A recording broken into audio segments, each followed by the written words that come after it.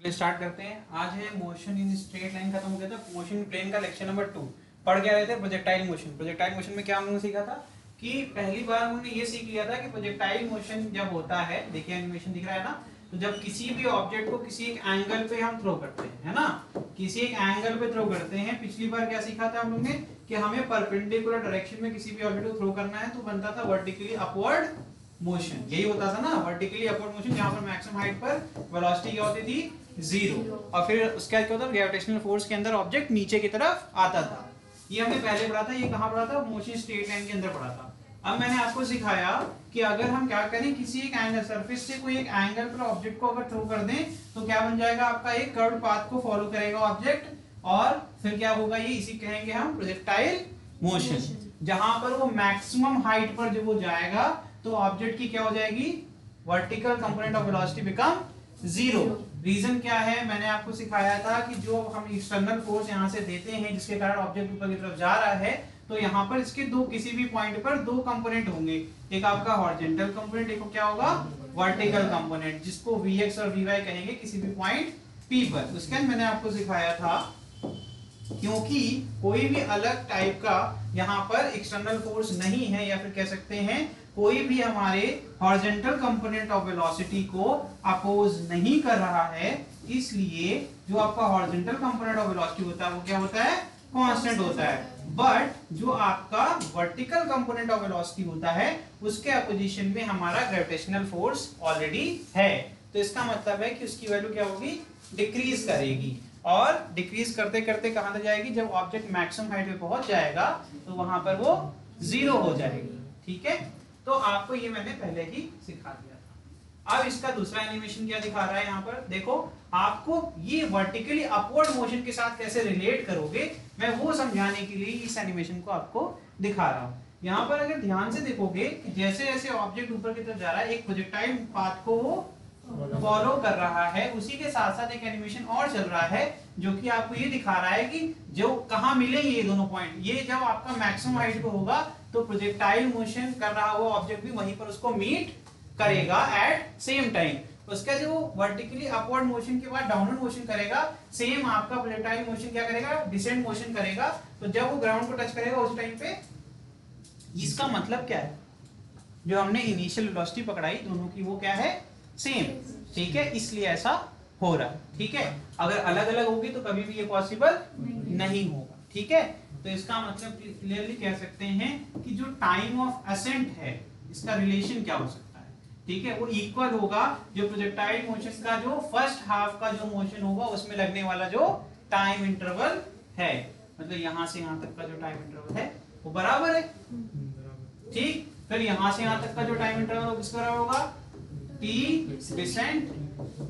समझ में आ रहा है? इसको और डिटेल में आगे डिस्कशन करेंगे, एनिमेशन सिर्फ आपको समझाने के लिए था। ठीक है, चलो देखो अब स्टार्ट करते हैं। अगर हम चेंज इन वेलोसिटी की बात करें या मोमेंटम के इसमें बात करें तो आपको पता है मोमेंटम क्या होता है बॉडी का, P = mv।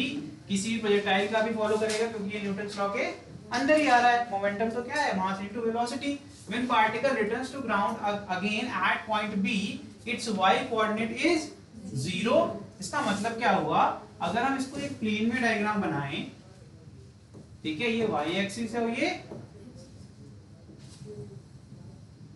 ये पॉइंट आपका हो गया O और ये पॉइंट हो गया आपका, मान लेते हैं A, मान लेता हूं। ठीक है, मेरा डायग्राम में मैंने A मान लिया, फर्क क्या पड़ जाएगा, है ना। आपको पता होना चाहिए कभी भी अगर x एक्सिस पे कोई भी पॉइंट लाई करता है तो उसके y कोऑर्डिनेट्स क्या होते हैं, 0। ठीक है, y कोऑर्डिनेट 0, फिगर तो बना लो। ठीक है, इसका मतलब है कि अगर हम बात करेंगे बाकी सारे पॉइंट जो O और A को छोड़ के हैं वो सारे ऐसे पॉइंट हैं जिसमें x और y कोऑर्डिनेट दोनों के दोनों होंगे और दोनों की वैल्यू बदलती रहेगी टाइम के रिस्पेक्ट में। किसी भी टाइम पर अगर हम इस मोशन को ऑब्जर्व करेंगे तो हम ये पाएंगे कि x और y की वैल्यू क्या हो रही है बेटा, आदित्य, चेंज हो रही है। ठीक है, नोट करो फटाफट। तो इसका मतलब यहां पर कुछ कह रहे हैं, देखो, and the magnitude of its velocity is u at angle theta with ground. तो टोटल एंगुलर चेंज कितना आ जाएगा आपका, ये क्या बोल दिया यार, ये समझ नहीं आया। नहीं, ये 2 थीटा कैसे बोल दिया, एंगुलर चेंज क्या होता है?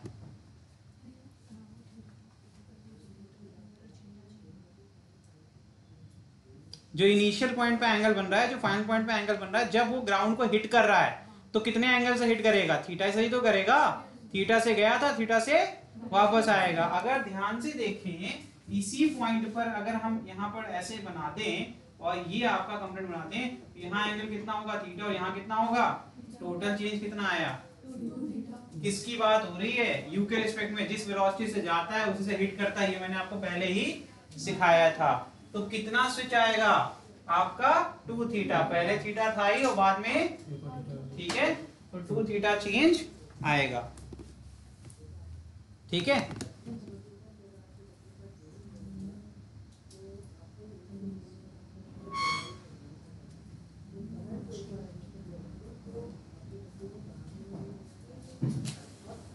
जल्दी नोट करिए, स्लो पढ़ा रहे हैं ताकि तुम लोग अच्छे से परफॉर्म करो। जल्दी करिए।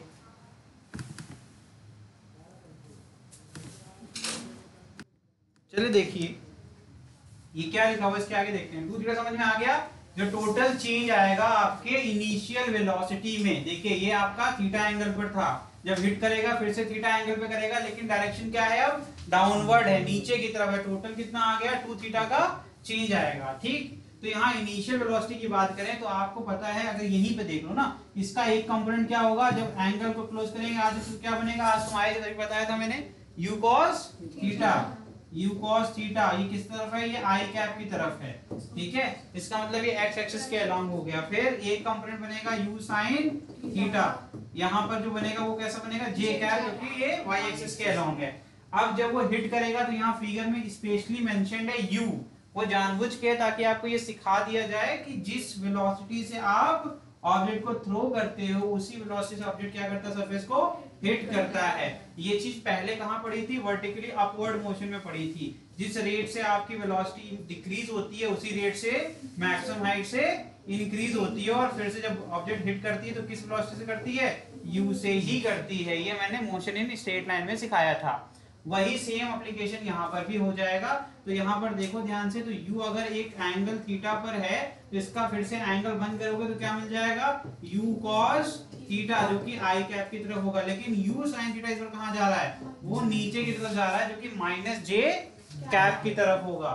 जब इनको सम करेंगे तो u sin theta minus j cap, तो यहाँ पे सम करोगे तो क्या आएगा? u final will be equal to what? u cos theta i cap minus u sin theta j cap. तो यहां से ये इक्वेशन आपका बनेगा। टोटल चेंज कितना आया आपका? चेंज इन वेलोसिटी करोगे तो क्या आ जाएगा बताओ? फाइनल माइनस इनिशियल होता है। चेंज का मतलब यही होता है ना। तो u cos थीटा कट जाएगा, लेकिन u sin थीटा ऐड हो जाएगा क्योंकि माइनस साइन है। तो यहाँ क्या आ जाएगा? 2u sin theta. ठीक है, कितना आ जाएगा? 2u sin theta. हाँ, माइनस साइन होगा? पूछ रहा हूं, बताओ माइनस साइन होगा कि नहीं होगा? सोचो। फाइनल माइनस इनिशियल करेंगे तो माइनस साइन होना चाहिए ना। बिल्कुल माइनस साइन होगा, लेकिन यहाँ पर मॉड लगा दिया इसलिए पॉजिटिव। मॉड लगाने की वजह से नहीं होगा। लेकिन एक यहाँ अगर सवाल जो मैंने पूछा फाइनल माइनस इनिशियल करेंगे, बोला भी तो ये अगर फाइनल है तो यू ये एफ है, ये जी क्यों लिखा हुआ है? टाइप एरर है। यू आई, ठीक है, ऐसे माइनस कर लो। ठीक है, मॉड बाद में लगा लेंगे अपन। ठीक, अब इसको आप करोगे तो क्या आएगा? अब u cos theta i cap minus u sin theta, पहले आएगा ना ये u cos theta i cap minus u sin theta j cap. फिर यहाँ नीचे क्या आ जाएगा? u cos theta i cap plus u sin theta. अब इसको सब्ट्रैक्ट कर देंगे, ये कट जाएगा, यहाँ माइनस आ जाएगा, माइनस 2u sin थीटा। ये आ गया आपका। ठीक है, अगर मैग्नीट्यूड की बात करोगे तो फिर 2u sin थीटा आंसर आ जाएगा। समझ में आ रहा है? टोटल चेंज इन मोमेंटम की बात करें तो क्या कर देंगे? इसी में मास का मल्टीप्लिकेशन कर दो, क्योंकि भैया मोमेंटम होता है p बराबर मास into velocity. Change in momentum की बात होगी तो मास तो चेंज होने से रहा इनटू चेंज इन वेलोसिटी। अब इसका मॉड ले लिया तो ये क्या आ जाएगा बताओ? 2mu sin छापो जल्दी जल्दी में। नेक्स्ट करें, हो गया सबका। नेक्स्ट है आपका time of flight. Time of flight का मतलब है जो टोटल टाइम लगता है आपको इनिशियल पॉइंट से फाइनल पॉइंट तक पहुंचने में। मतलब शुरुआत कहाँ से कर रहे हैं, यहाँ से, और यहाँ पर बी पे खत्म कर रहे हैं, तो ओ से बी तक के बीच में जो टाइम लगेगा उसे कहते हैं टाइम ऑफ फ्लाइट। तो कैसे निकालोगे टाइम ऑफ फ्लाइट, बताओ बताओ, करो इसको, समझाओ मुझे क्या लिखा हुआ है, कौन सा इक्वेशन यूज करोगे। Second equation, second equation simple है तो फटाफट करो उससे। क्या आ जाएगा, ये इक्वेशन तो हमने पहले ही कर लिया था, ये डिराइव किया था ना हम लोग ने, कि एक हॉरिजॉन्टल के लिए मैंने बताया था, एक वर्टिकल के लिए बताया था। वर्टिकल क्या रिप्रेजेंट करता है, हाइट को रिप्रेजेंट करता है। तो at time the particle will be at ground again, that is displacement along y axis becomes 0। इसका मतलब क्या है कि ऑब्जेक्ट स्टार्ट कहां कर रहा है, ग्राउंड से, और फिर वापस से ग्राउंड पर आ गया, डिस्प्लेसमेंट कितना हो जाएगा, 0। क्योंकि जब y एक्सिस की बात करेंगे तो हम क्या बात कर रहे हैं, ग्राउंड के रिस्पेक्ट में कितनी हाइट गई, तो हाइट फिर से 0 हो गई, इसका मतलब कितना हो गया, डिस्प्लेसमेंट 0 हो गया। समझ में आ रहा है भाई साहब, क्या क्या बता रहे हैं हम, क्या होता है डिस्प्लेसमेंट, किसकी बात कर रहे हैं, हाइट की बात कर रहे हैं कि सरफेस की बात कर रहे हैं। अब हो गया ना, फ्लॉप हो गया। देखो देखो ध्यान से क्या कह रहे हैं हम लोग कह रहे हैं वाई एक्सिस, वाई एक्सिस पे क्या होता है, ऑब्जेक्ट की ऊंचाई। देखो ना वाई एक्सिस के लॉन्ग क्या है, हाइट, और अगर देखो यहां से यहां तक एक्स एक्सिस के लॉन्ग क्या है, इसकी रेंज, दूरी, कहां से, एक्स एक्सिस पे, सरफेस पे। तो जब ऑब्जेक्ट ऊपर जाएगा तो उसकी आपकी डिस्प्लेसमेंट बढ़ेगी कि नहीं बढ़ेगी, वर्टिकल बढ़ेगी ना वाई के रिस्पेक्ट में। लेकिन फिर से अगर वो वापस जी क्यू पे आ जाए, मतलब अगर एक्स पे आ गया तो मतलब वाई जीरो, वाई जीरो, तो मतलब इसका डिस्प्लेसमेंट एक्स वाई एक्सिस के लॉन्ग 0 हो जाएगा। ठीक है, तो वही बात हम लोग कर रहे हैं, तो उसका इक्वेशन लिख रहे हैं यहाँ पर। तो ये कौन सा इक्वेशन से आया पता है, s is equal to u t plus, इस इक्वेशन से हम लोग ने बना लिया। तो यहाँ पर पता है जब भी ऑब्जेक्ट क्या होता है, ग्रेविटेशनल फोर्स के इन्फ्लुएंस में आता है, तो जो उसका एक्सीलरेशन होता है वो किसके बराबर होता है, जी के बराबर। अब वो पॉजिटिव होगा या निगेटिव होगा वो हम देखेंगे, हमारा इंटेंशन कहाँ है, तो हमने किस डायरेक्शन को पॉजिटिव लिया होगा उसके हिसाब से। तो यहाँ पर हमने क्या माना है कि अपन ने तो ऊपर थ्रो किया था, तो मेरे को ऊपर जाना था, तो ये मेरा पॉजिटिव, और उसके अपोजिट जो भी होगा वो निगेटिव डायरेक्शन। तो इसका मतलब है कि जब मैंने ऑब्जेक्ट थ्रो किया तो ऊपर की तरफ, तो वो डायरेक्शन पॉजिटिव, तो मेरा यू क्या हो गया, पॉजिटिव, ठीक। और जी क्या हो गया, क्योंकि जी नीचे लग रहा है इसलिए वो निगेटिव, तो क्या आ जाएगा, you by t minus half g t square. यहाँ पर y की वैल्यू अगर 0 हो गई तो क्या हो जाएगा, 0 इज इक्वल टू, देखो यहाँ पर ये 0 पुट कर दो, तो 0 is equal to u by t minus half g t square. देखो टी को धीमे से कैपिटल टी कर दिया, क्योंकि मुझे कैपिटल टी क्या रिप्रेजेंट कर रहा है, वो टाइम जिस पर ऑब्जेक्ट वापस से ग्राउंड पर आ गया। ठीक, ये किस लिए लिखा, ये सिर्फ इक्वेशन आपको फॉर्मूले के लिए लिखा था, और इसका यूज हमने बगल में किया है। तो यहां से अगर हम इसको चाहें तो इसको इधर फेंक दें, तो क्या हो जाएगा, u y t is equal to half, एक टी गया निपट, एक हाफ में यहाँ 2 ऊपर चला जाएगा और जी नीचे चला जाएगा, टी इज इक्वल टू क्या आ जाएगा, 2u/, यहां से तुम्हारा फॉर्मूला बन गया 2u sin थीटा अपॉन जी। इस फॉर्मूले से तुम कभी भी टाइम ऑफ फ्लाइट निकाल सकते हो। ठीक है,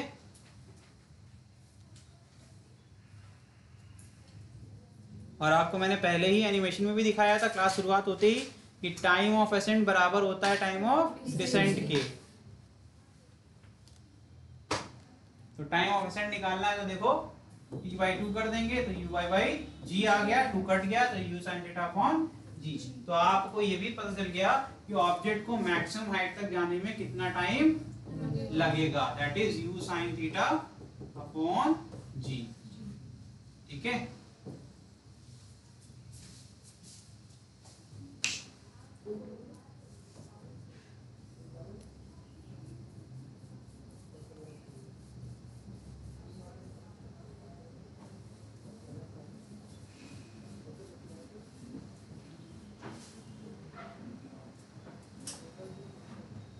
ये लिखा है, इसकी कोई जरूरत थी नहीं वैसे, ये तो अंडरस्टूड है, t/2 पे मैक्सिमम हाइट पे होगा।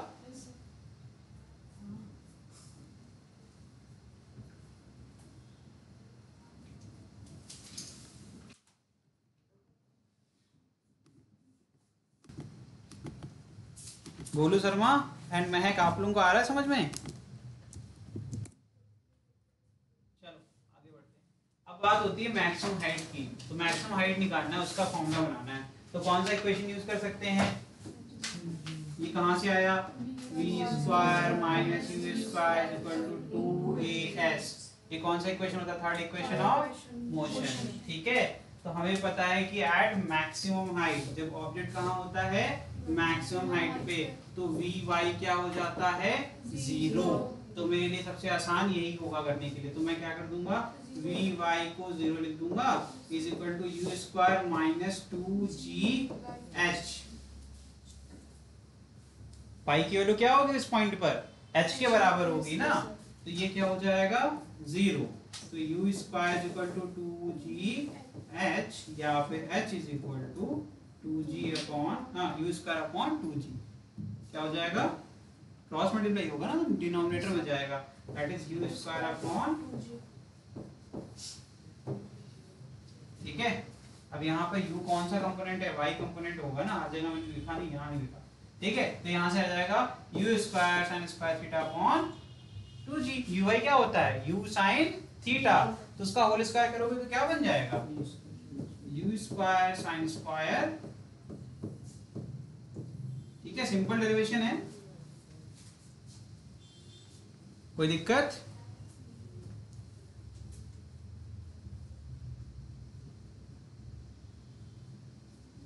बिना देखे करो, ये तो सिंपल है यार, बिना देखे करो।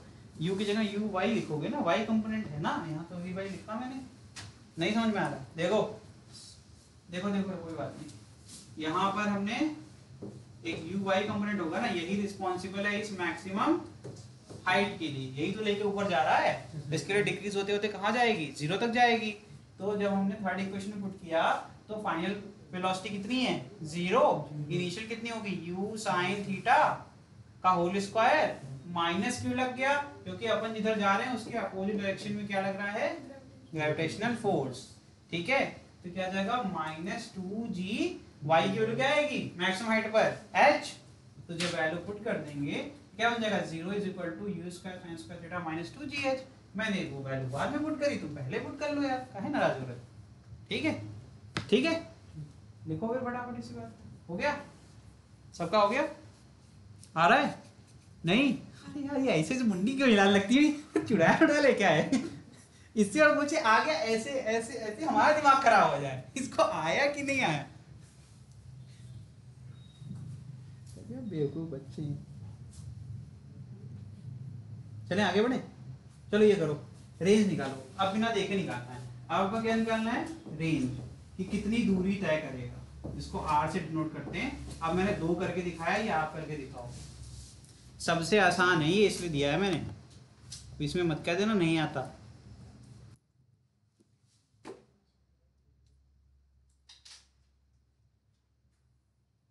ये क्लास रूम, अच्छा ये लोग नहीं थे ना क्लास रूम से पहले, आंसर दे दिया मैंने इसका।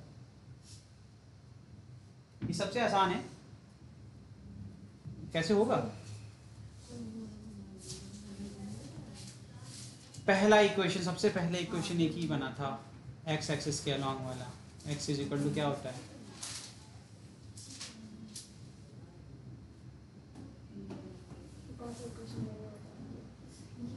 अब तो बात ही खत्म हो जाएगी। कहाँ चले गए बेटा तुम? एक ही इक्वेशन था, x is equal to ux into t. अरे भैया ux ही तो है जो r को अचीव करवाता है, हॉरिजॉन्टल कंपोनेंट ऑफ वेलोसिटी। तो खींच के इस बॉल को यहाँ तक लेके जाएगा। रेंज कौन अचीव करवाता है? हाइट के लिए y कंपोनेंट रिस्पॉन्सिबल होता है, और रेंज के लिए x कंपोनेंट ऑफ वेलोसिटी चाहिए, जो कि कांस्टेंट होता है, that is u cos theta. और t क्या है? जितना टाइम इंटरवल तक देखोगे उतनी रेंज होगी। तो t की जगह टाइम ऑफ फ्लाइट पुट कर दो, आंसर आ गया। तो r इज इक्वल टू क्या आ गया? यहाँ पर पहले इक्वेशन लिखेंगे, x is equal to ux into t, ये इक्वेशन है। अब x की जगह क्या पुट कर देंगे? For range. अगर मैंने टोटल आपकी जो हॉरिजॉन्टल डिस्टेंस कवर हो रही है, जहां पर ऑब्जेक्ट हिट कर रहा है सरफेस, उसी को रेंज कहते हैं।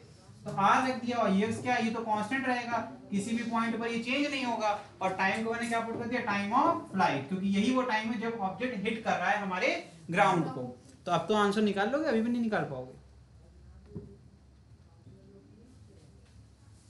ठीक है, तो टाइम ऑफ फ्लाइट का फॉर्मूला याद है कि अभी पीछे देख लो यार।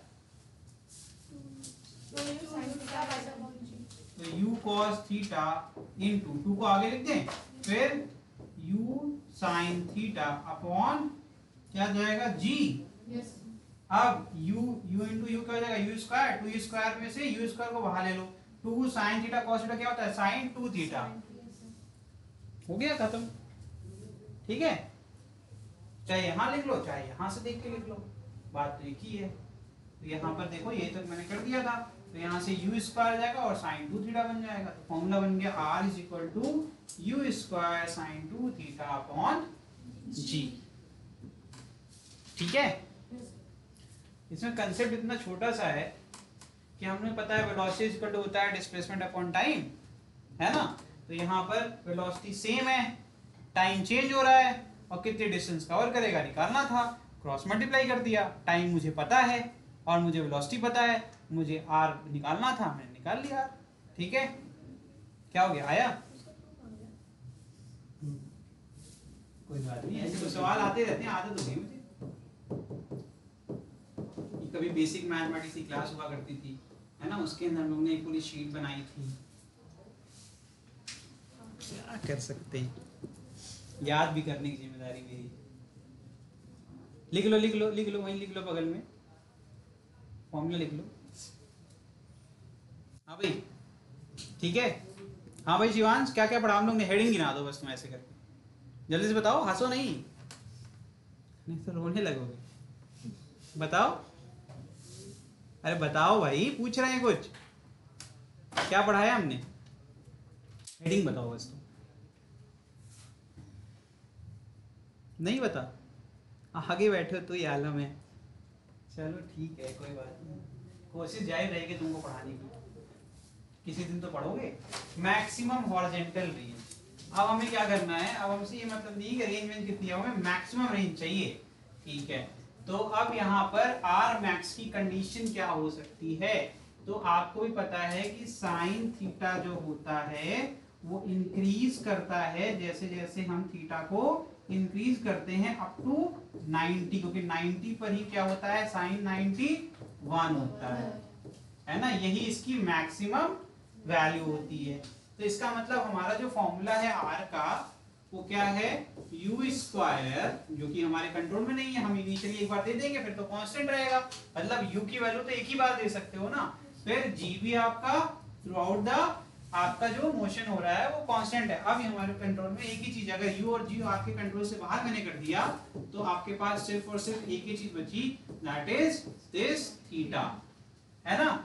मैंने ऑलरेडी आपको क्या कर दिया, एक मशीन पकड़ा दी जो बॉल को थ्रो करती है, ठीक, उसमें सारे स्पेसिफिकेशन मैंने फिट कर दिए कि वो किस स्पीड से थ्रो करेगा, यू आपके कंट्रोल से बाहर कर दिया, और आपको जी आपके कंट्रोल में कभी था नहीं, धरती माता कंट्रोल कर ही नहीं पाओगे, है ना। अब बचा क्या, सिर्फ आपके पास एक था कि उसका एंगल आप चेंज कर सकते हो गन का, किस एंगल पे वो बॉल को थ्रो करेगी, वो तुम्हारे हाथ में दे दिया मैंने, और मैं कह रहा हूं कि तुम्हें ऐसा एंगल सेट करना है कि चीटिंग ना करनी पड़े और आप सीधे क्या करें, मैक्सिमम रेंज को अचीव कर लें।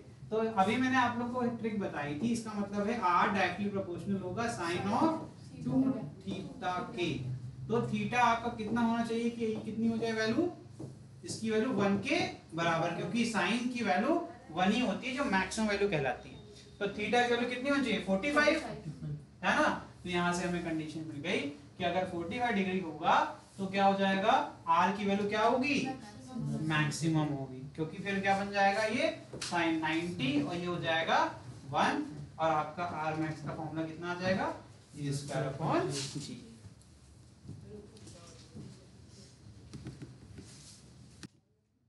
आगे बढ़ते हैं, नेक्स्ट अब करेंगे अपन comparison of two projectile of equal range. मैंने क्या बोला, दो अलग अलग प्रोजेक्टाइल है लेकिन उनकी रेंज कैसी है, सेम, फिर भी आपका ये कैसे पॉसिबल हो सकता है यार, maximum range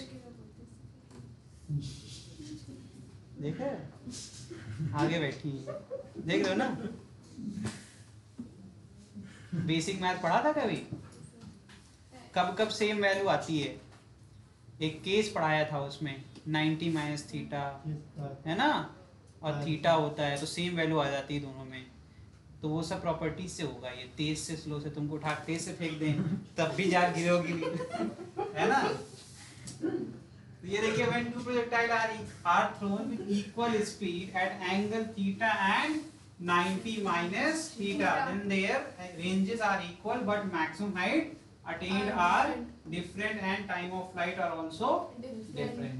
time of flight अलग अलग होगा लेकिन रेंज इक्वल हो जाएगी। ठीक है, तो करो जरा इसको सॉल्व करके बताओ मुझे। कोई कर पाएगा? ट्राई तो करो। चलो अच्छा, कुछ फॉर्मूले चेक करते हैं कितना याद है तुमको। मैंने एक ट्रिक सिखाई थी, है ना। क्या ट्रिक सिखाई थी? मैंने 180 के लिए सिखाया था, और मैंने क्या सिखाया था तुम लोग के लिए? मैंने बताया 1 इवन नंबर होगा या फिर 2 से डिविजिबल नंबर्स होंगे, अगर एंगल में उनसे प्लस माइनस करोगे दैट इज 180 एंड 360 बोला था मैंने, है ना। और फिर 90 270 सिखाया था। तो मैंने एक ट्रिक बड़ी सिंपल सिखाई थी, उसका क्वाड्रेंट से पॉजिटिव नेगेटिव अपन क्वाड्रेंट से निकालते थे, और वैल्यू कैसे निकालते थे? देखते थे कि वो 90 या 270 होगा तो साइन का कॉस, कॉस का साइन। कहते हैं पूछने के लिए, और बता खुद देते हैं क्योंकि उम्मीद नहीं है ना आंसर आने की। तो यहाँ पर 360 प्लस माइनस थीटा। अब जरा मैंने 90 270 का तो बता दिया, साइन का कॉस, कॉस का साइन, tan का कॉट और कॉट का tan। जरा अब मुझे बताओ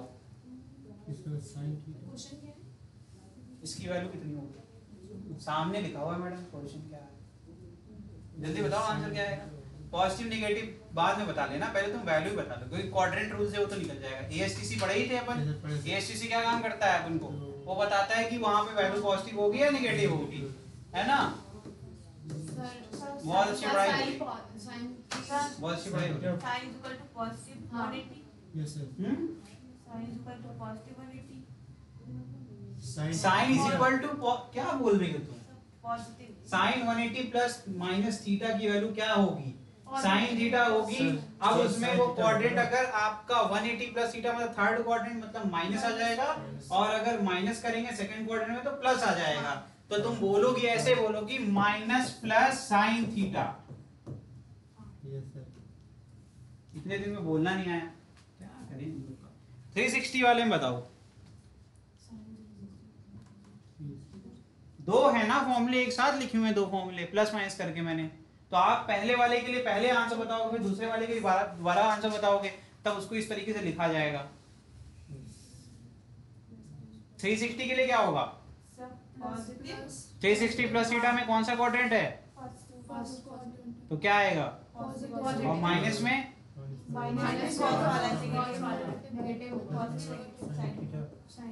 प्लस माइनस साइन थीटा। तो अपन वही यूज कर रहे हैं इसमें, ठीक है। यही फॉर्मूला यूज होने जा रहा है। देख लो कैसे ये रेंज बराबर आई, कोई जादू नहीं हो गया, एक बहुत बेसिक सा एकदम इसमें रूल लग गया। अगर अपन 90 माइनस थीटा लेते हैं तो फॉर्मूला क्या था आर का? बताओ, u स्क्वायर साइन 2, और थीटा की जगह क्या आ जाएगा? 90 माइनस थीटा अपॉन क्या है? g। फिर इसको लिखो साइन 2 का मल्टीप्लिकेशन कर दो, साइन 2 इंटू 90 कितना जाएगा? 180 माइनस 2 थीटा। कौन सा क्वाड्रेंट? Second quadrant. 180 में से कुछ भी कटेगा सेकंड क्वाड्रेंट में आ जाएंगे अपन, तो इसका आंसर साइन 2 थीटा आ जाएगा। ठीक है, यहाँ पे क्या आ गया? फिर से same formula, u square sine 2 theta upon g। अब इस केस में जब आपका एंगल थीटा था तो r फॉर थीटा, और यहाँ पर फॉर 90 माइनस थीटा। मैं प्रूफ कर दूंगा दोनों इक्वेशन बराबर हैं। इक्वेशन नंबर 1 ये क्या आ जाएगा? u square sine 2 theta upon g। Equation number 1 और 2 दोनों बराबर हैं, इसका मतलब है कि r 90 माइनस थीटा, जिसको तेज से फेंक दिया है ना, और उसकी वैल्यू बराबर है जिसको हमने धीमे से फेंक दिया, है ना। बस एंगल का ध्यान रखना, तेज और धीमे में नहीं रखना है, दोनों की इनिशियल स्पीड सेम है। ये भी u स्पीड से जाएगा और ये भी u स्पीड से जाएगा। अलग अलग कर दोगे तो ये पॉसिबल नहीं होगा, अलग अलग रेंज आ जाएगी। फिर आएगी कि नहीं आएगी? आएगी ना, क्योंकि फॉर्मूले में एक u भी तो है। दोनों का u अगर सेम नहीं होगा तो अलग अलग आ जाएगी। ठीक है, समझ में आ गई कंडीशन? अच्छा, मैक्सिमम हाइट वाले केस में ऐसा हो सकता है क्या? मैक्सिमम हाइट वाला फॉर्मूला बताओ, देख के बता दो पीछे। देख के बता दे भाई, उसमें हो सकता है ऐसा? कैसे कैसे दो अलग अलग ऑब्जेक्ट की मैक्सिमम हाइट अचीव करोगे? बताओ बताओ बताओ, अलग अलग कौन सा एंगल आप थ्रो करोगे कि आपको मैक्सिमम हाइट मिल जाएगी?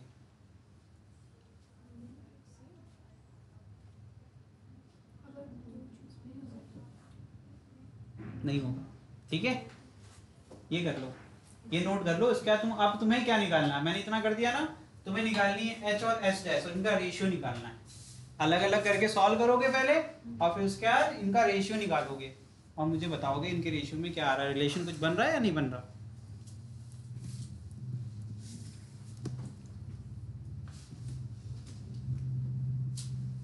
चैप्टर बहुत ज़्यादा आसान है, बस आपको बस फॉर्मूलेस को इधर से उधर रीअरेंज करना है, पूरे चैप्टर में और कुछ भी नहीं है। हमें पानी देना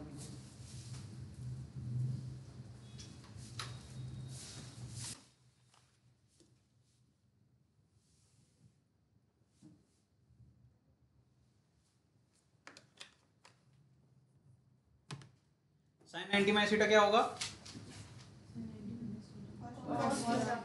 प्लस या माइनस?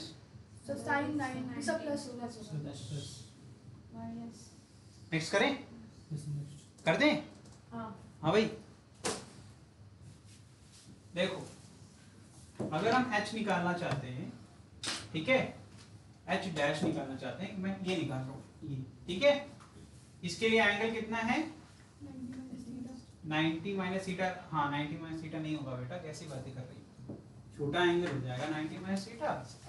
h डैश के लिए तो ये बड़ा एंगल हो जाएगा ना। अरे हाँ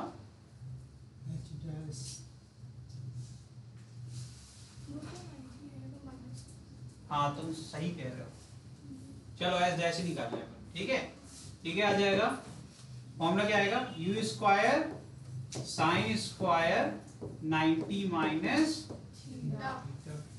ठीक, अपॉन में क्या आएगा, ठीक है, साइन 90 माइनस थीटा क्या बताया तुम लोग ने, कॉस।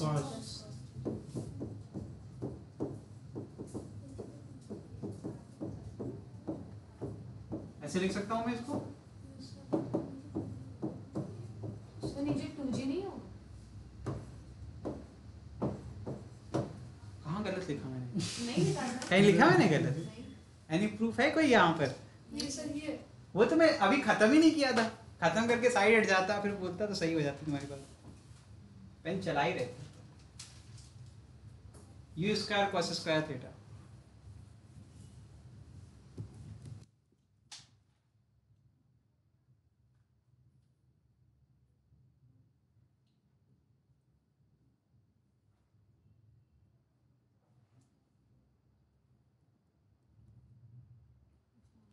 h कितना होगा, h भी निकालना है क्या मुझे? ये क्या हो गया, ये क्वेश्चन नंबर 3 मान लेते हैं, उधर 1 2 ले चुके हैं, उसी में चल रहा है ये। फिर यहाँ h इज इक्वल टू क्या जाएगा, you square sine square theta upon 2g। अगर इन दोनों को हम रेशियो कर लें h अपॉन h डैश, ठीक है, ये क्वेश्चन नंबर 4 है, तो यहाँ लिख सकते हैं from equation number 3 and 4, from 3 and 4, ठीक है, क्या आ जाएगा, h की वैल्यू कितनी है, you square sine square theta upon 2g, और डिवीजन में क्या जाएगा, you square cos square theta upon 2g। ये कहाँ मल्टीप्लाई होगा, यहाँ, और 2g ऊपर चला जाएगा, ऐसे 2g तो कट ही जा रहा है, यू स्क्वायर भी कट जा रहा है, यहाँ क्या आ गया, sign square theta upon cos square theta, that is tan square, ठीक है, एक रिलेशन यहाँ पर ये निकल गया। अगर हम दोनों को मल्टीप्लाई कर दें तो क्या होगा, एक रिलेशन तो ये हो गया ना, h अपॉन s is equal to tan square of theta, इनका रेशियो tan स्क्वायर थीटा के बराबर है, थीटा आपको पता ही है एंगल है, ठीक है, तो यहाँ से एक रिलेशन तो यहाँ बॉक्स बना सकते हैं अपन, h upon h dash is equal to tan square of theta, ठीक है। मेरा क्वेश्चन है, अगर हमने दोनों को मल्टीप्लाई कर दिया तो क्या होगा, दोनों को मल्टीप्लाई कर दें, वैल्यूज तो तुम्हारे सामने हैं, मल्टीप्लाई नहीं कर लोगे, u square into u square क्या हो जाएगा, u to the power 4, cos square theta into sine square theta, तो मैं ऐसे लिख सकता हूँ sine square theta into cos square upon में 2 2 जा 4 4g। क्या इसको हम r के फॉर्मूले में कन्वर्ट कर सकते हैं? बिल्कुल कर सकते हैं। 2 का ऊपर मल्टीप्लाई और नीचे डिवाइड करना पड़ेगा। और साइन स्क्वायर थीटा है, कॉस स्क्वायर थीटा है, उसको भी ध्यान से कर लो, सॉल्व हो जाएगा।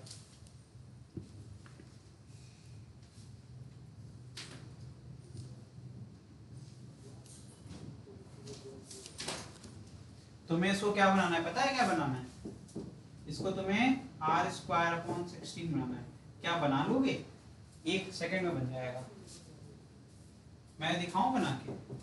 You square sine theta cos theta, ठीक।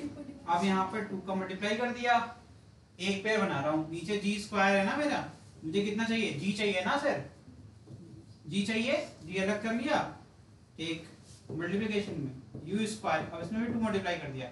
अभी मैं दोनों का जो 2 मल्टीप्लाई कर रहा हूँ नीचे भी मल्टीप्लाई करूंगा, दैट इज 4 हो जाएगा ना। 2 एक्स्ट्रा यहाँ है और एक्स्ट्रा यहाँ है, तो नीचे भी आपको 4 मल्टीप्लाई करना पड़ेगा। 4 4 जा क्या बन जाएगा? 16। देख ध्यान ध्यान से, तो ये हो जाएगा 2 sin theta cos theta upon G. ये बन गया एक आर, ये बन गया दूसरा आर, इनटू क्या आ जाएगा 1 अपॉन 4 इंटू 4, क्योंकि 4 न्यूमरेटर में मल्टीप्लाई किया, 4 डिनोमिनेटर में मल्टीप्लाई किया, तो r इंटू आर क्या बन जाएगा? आर स्क्वायर और आर स्क्वायर अपॉन 16। ठीक है, ठीक है, आया कि नहीं? ये वाला फॉर्मूला आया? तो पूछेगा कौन? घर से किसी बुलाएं? ये फॉर्मूला है कि नहीं तुम्हें याद? है ना? साइन 2 थीटा कैसे आया? 2 sin थीटा cos थीटा। ठीक है बॉस। अब देखो यहाँ पर था क्या? u की पावर 4 था, तो मैं u square into u square लिख सकता हूँ, ठीक। तो मैंने एक u स्क्वायर इधर कर लिया, एक इधर कर लिया, ठीक है, दोनों है तो मल्टीप्लिकेशन में ही ना। और यहाँ पर साइन स्क्वायर, तो sine theta into sine theta हो जाएगा, और ये cos theta into cos theta, सब है तो मल्टीप्लिकेशन में ना, तो एक साइन थीटा मैं आगे कर लिया, एक कॉस थीटा इधर कर लिया, तो u square sine theta cos theta दिख रहा है तुम्हें? फिर 2 का मल्टीप्लिकेशन यहाँ कर दिया और 2 का मल्टीप्लिकेशन यहाँ कर दिया, ठीक है सारे मल्टीप्लिकेशन में। इसका मतलब है मैंने ओवरऑल 4 मल्टीप्लाई कर दिया न्यूमरेटर में और 4 डिवाइड में, तो वो है तो 1 ही है ना। फिर ये जी स्क्वायर था, तो एक जी इधर एक जी इधर, तो ये एक आर बन गया, एक आर बन गया, दोनों मल्टीप्लाई करके आर स्क्वायर बन गया, और डिनोमिनेटर में 16 था ही। डन। अब तुम आखिरी वाला करो, मैं नहीं कर रहा इसको। दोनों को अगर ऐड कर दें तो कोई रिलेशन बनेगा? करके दिखाओ। मैंने क्या बोला? h प्लस h डैश करना है। कॉपी के दिखाओ, जिसकी कॉपी उठा दो, तो कॉपी उठा दो।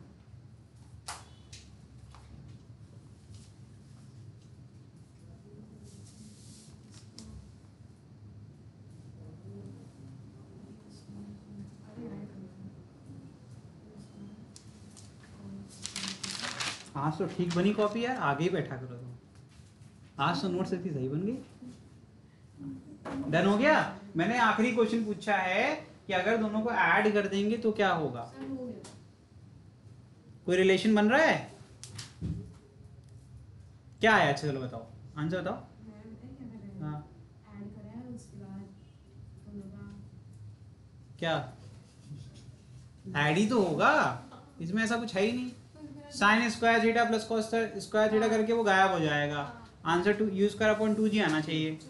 आ रहा है? बस सही है, यही तो निकालना है। ठीक है, चलो हटाएं इसको।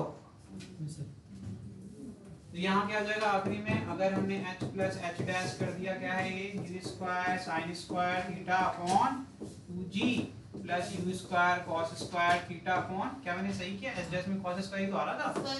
हाँ सही किया। हाँ सही है। एक बार अगर छोटी सी गलती कहीं हो गई, सबकी निगाह से देखोगे तुम लोग, हैं? होना भी चाहिए। ये क्या जाएगा? u स्क्वायर कॉमन ले लिया, साइन स्क्वायर थीटा प्लस ये हो जाएगा 1, आंसर आ गया u स्क्वायर अपॉन, इसका आंसर। अभी खत्म नहीं हुआ, अभी तो टाइम ऑफ फ्लाइट का रिलेशन पढ़ेंगे।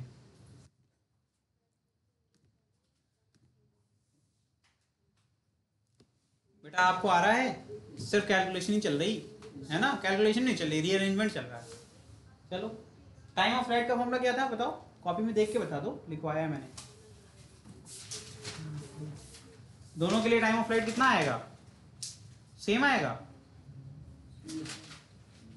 अगर अंडरलाइन करोगे तब तो मिलेगा, देखो दिख ही नहीं रहा है इसको अपनी कॉपी में।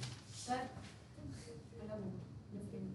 ऑब्वियसली होगा डिफरेंट, एक ज़्यादा ऊंचाई कर रहा रहता है, एक कम कर रहा है, जल्दी नीचे आ जाएगा, एक लेट में नीचे आएगा। तो जल्दी से आंसर तो बताओ, टी और टी डैश की वैल्यू कितनी होगी, मिला, मिल जाएगा। ये भगवान, ये देखो आगे बैठे अपनी ही कॉपी में नहीं ढूंढ पा रहे हैं क्या है? करो सॉल्व करो।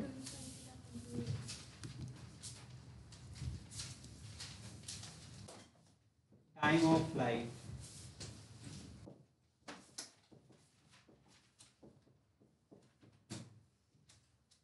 टी की वैल्यू कितनी आ जाएगी, टी किसके लिए, इसके लिए, ठीक है।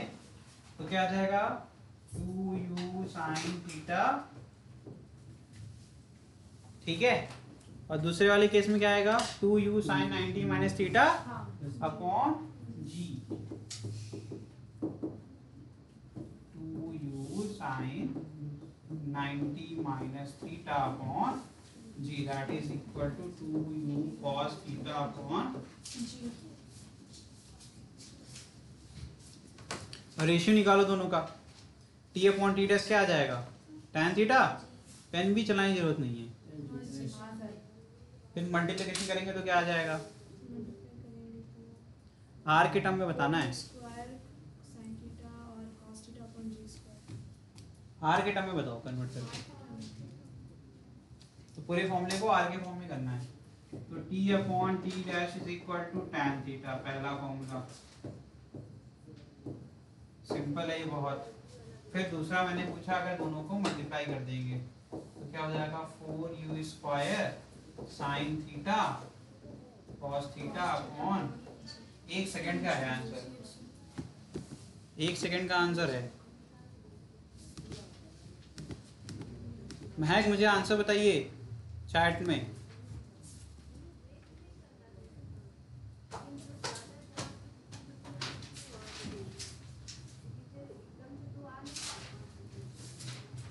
आर का फॉर्मूला क्या होता है हर्षित, देख के बता दे यार, एक दिन में तो याद होगा नहीं। आर का फॉर्मूला क्या है, कॉपी में ढूंढो अपने। रेंज का फॉर्मूला क्या है,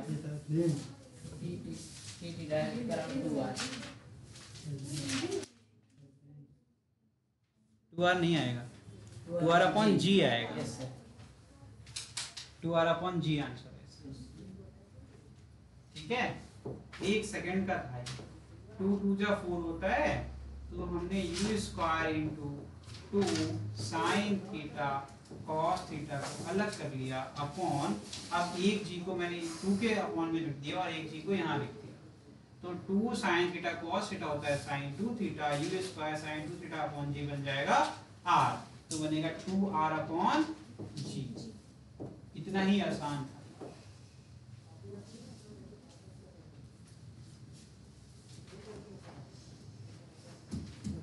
आ रहा है, क्यों नहीं कर पा रहे हो तुम लोग इतना आसान, कुछ करने ही नहीं, पढ़ाई नहीं हो रही, फॉर्मूले टिप्स पे नहीं आ रहे तुम लोग को, कॉपी में भी नहीं मिल रहे हैं देखो।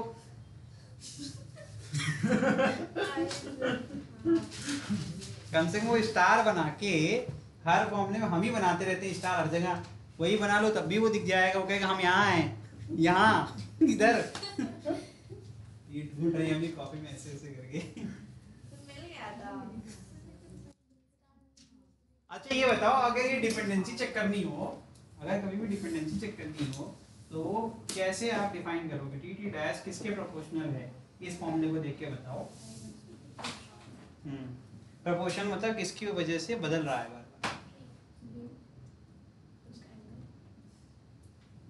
सर उसका हाइट देख रहे हो, ये यूनिक कैरेक्टर देखो, फॉर्मूले में रेंज आ रहा है, बता रही है हाइट, मतलब आंखों के सामने लिखा है 2r अपॉन जी, 2 बदल नहीं सकते, जी बदल नहीं सकते, बेचारा r ही तो है जो बदलेगा।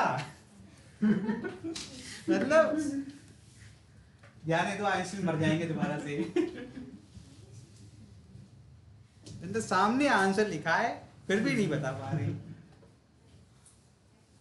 कोई बात नहीं, होता है। बात क्या है? ये तुम करके बताओ। इक्वेशन और ट्रेजेक्टरी बताओ।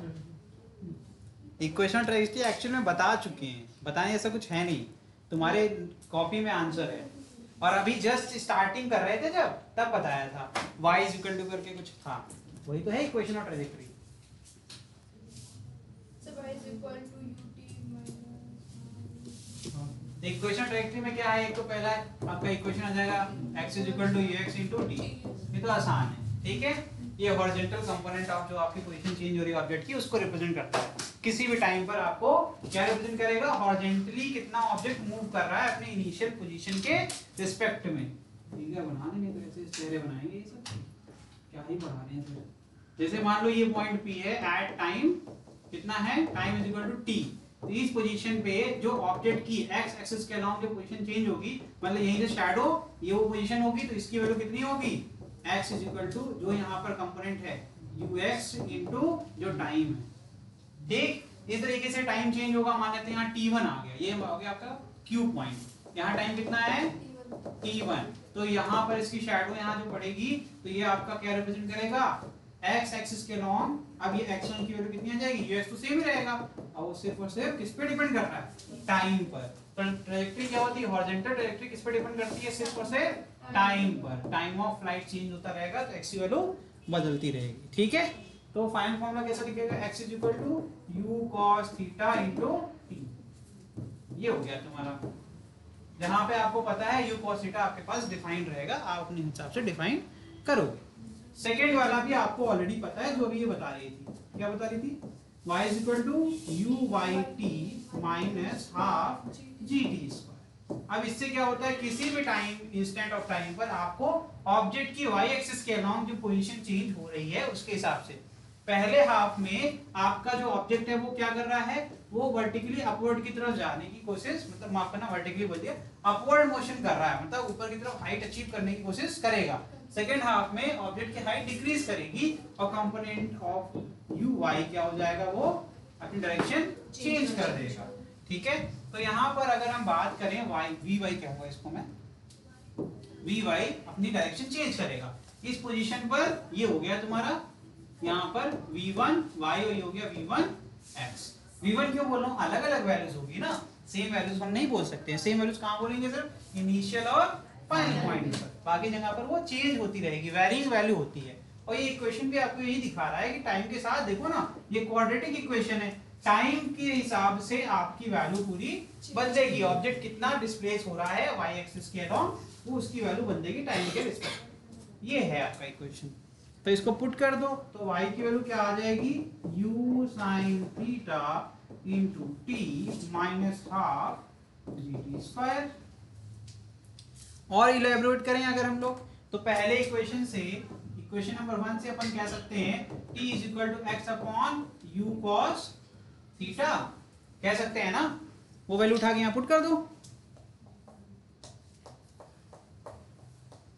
करो, बातें बाद में कर लेना, बहुत टाइम है, बात नहीं कर रहे, वो पूछ रहे। हंस के। हाँ तो चलो कर लो बेटा, टाइम वेस्ट।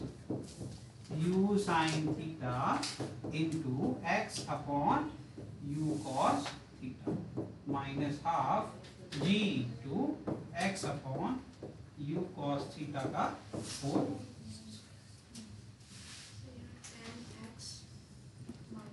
क्या क्या tan, क्या tan x नहीं होगा, थीटा होगा ना, sin theta upon cos theta, u cut जाएगा, x tan थीटा आ जाएगा। तो करो सॉल्व।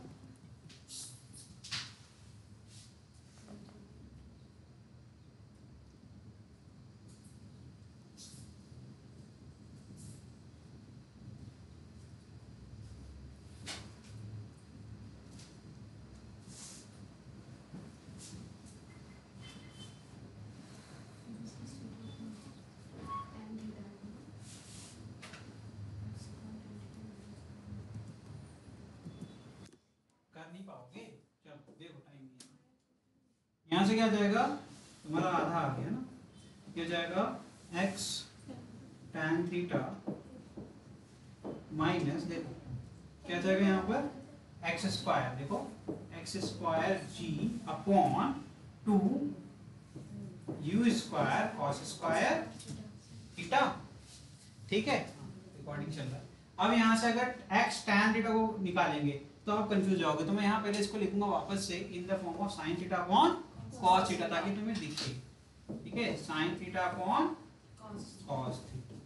अब जरा हम x sin theta upon cos theta common लेंगे तो नीचे से तो cos थीटा निकल जाएगा, लेकिन sin थीटा नहीं है बगल वाले टर्म में, तो क्या करेंगे डिवीजन में मल्टीप्लाई करेंगे ना जब कॉमन लेंगे, तो बाहर आएगा x tan थीटा और अंदर क्या बचेगा 1, यहाँ पे 1 ही बचेगा, ये पूरा बाहर चला गया। इधर क्या आ जाएगा एक x चला जाएगा और g रह जाएगा, और यहाँ sin थीटा यहाँ से लेगा लेकिन sin थीटा था नहीं यहाँ पर, तो डिवीजन करना पड़ेगा sin थीटा का। क्या आ जाएगा 2u square sin theta cos। अब ये बन जाएगा, क्या बन जाएगा देखो ध्यान से देखो, u स्क्वायर sin थीटा और g ऊपर है, इसको चाहो तो नीचे ले आओ, ये r बन जाएगा लेकिन डिनोमिनेटर में।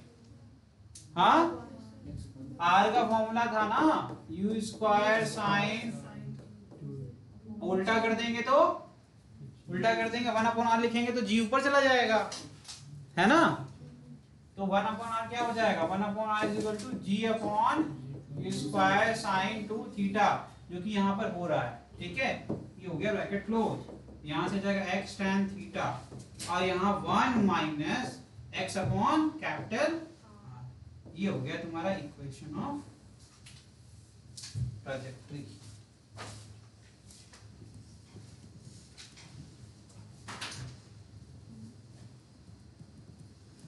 तो वर्टिकल डायरेक्शन में आपका पैराबोलिक पाथ है, तो यहाँ पर ये इक्वेशन ऑफ पैराबोला आपका बनके तैयार। ठीक है, नहीं है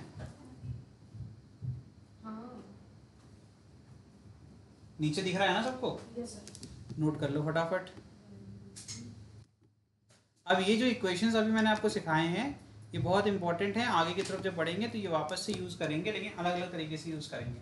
ठीक है,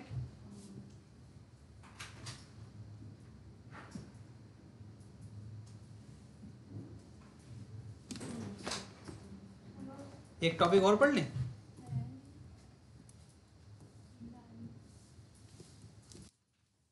एक टॉपिक और पढ़ेंगे, देखो नेक्स्ट ये हो गया आपका, ये पूरा मैंने उधर ही कर दिया। ठीक है, अब हम लोग पढ़ने जा रहे हैं kinetic energy of particle. Kinetic energy क्या होती है, जो ऑब्जेक्ट मोशन में होता है जिस एनर्जी से वो मूव कर रहा है उसे कहते हैं काइनेटिक एनर्जी ऑफ पार्टिकल, जिसकी वैल्यू क्या होती है हाफ m मास इनटू उसकी स्पीड का स्क्वायर। ठीक है, तो यहाँ पर देखो let a body is projected with velocity u at an angle theta, the initial kinetic energy will be equal to what half mu square. अगर हम बात करें प्रोजेक्टाइल की मैक्सिमम हाइट पर सिर्फ उसकी वेलोसिटी कितनी होगी, सिर्फ मैक्सिमम हाइट की बात कर रहे हैं, तो वहां पर टोटल वेलोसिटी सिर्फ u cos थीटा होती है, बिकॉज y कंपोनेंट 0 हो जाता है। ठीक है, टोटल वेलोसिटी में हमेशा y और x दोनों होते हैं, लेकिन यहाँ पर मैक्सिमम हाइट पर y कंपोनेंट 0 हो गया तो टोटल वेलोसिटी कितनी हो जाएगी u cos थीटा, उसको पुट कर दो तो ये क्या जाएगा half m u square cos square theta के बराबर, जिसको हमने k नॉट माना है। ठीक, which is minimum kinetic energy during whole motion, जो कि सबसे कम काइनेटिक एनर्जी होती है। मतलब किसी ने पूछ दिया कि आपकी मिनिमम काइनेटिक एनर्जी कहाँ होती है प्रोजेक्टाइल मोशन में, तो आप बोलोगे एट मैक्सिमम हाइट। ठीक है, बस ये नोट कर लो आज के लिए।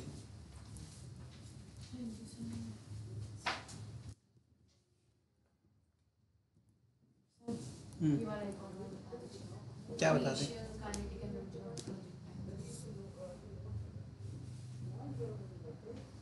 एक होमवर्क,